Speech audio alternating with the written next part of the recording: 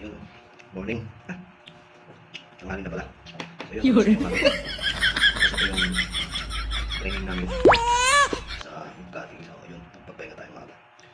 Yun. Meron naman tayong panunuring video. Sa ano naman to? Sa pagtitibo ng swine o pork. Yun. Tapos tatlong video. Nakita ko sa Facebook. Actually, kilala ko rin naman yung nasa video. Dati kong katrabaho. So, yun, nakita ko. So, panoorin natin. Para doon sa, syempre, yung mga gustong matuto sa ganitong trabaho. Unahin natin yung shoulder, tapos yung the rest.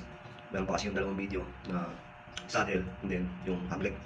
So, pamilyar sa akin itong trabaho na to kasi dito parang, dito rin ako nagsimula. Hindi parang, talagang dito ako nagsimula. So, mga dati ko trabaho to. Gusto mo mamaya ng 45? Okay. Ah? So, yun. Panoorin natin si DJ Randy. So, yun. Simulan na natin. Let's go. Let's go.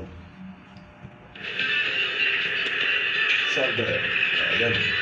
Yun yung tinanggal is yung saddle. Saddle tuloy. Rib shoulder pala, sorry. Sorry naman. So, yun. Rib shoulder. Ayan. So, ganito yung trabaho namin. Nung nag-ooperate pa yung planta na to. Kaya lang, sa ngayon kasi nagsarado na siya. So, yun. Puro ano na lang. Puro alaala na lang siya.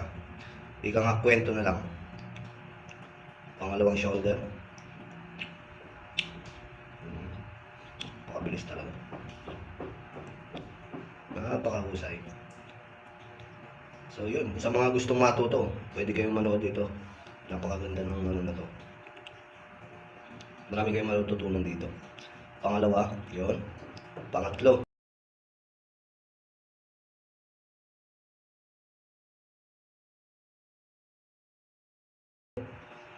Pangatlong shoulder. Siyempre, nung lagi yung rib shoulder sa ibabaw. Kasi, pag tinanggal mo yung rib shoulder, susunod mo yung, ano niya, para lumabas yung pinaka-bias tsaka yung paypay.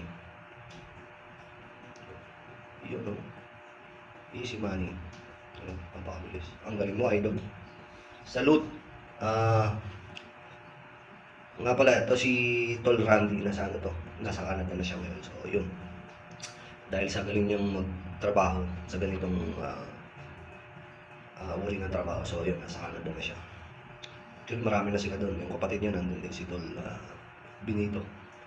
So, yun. Maraming salamat at once again,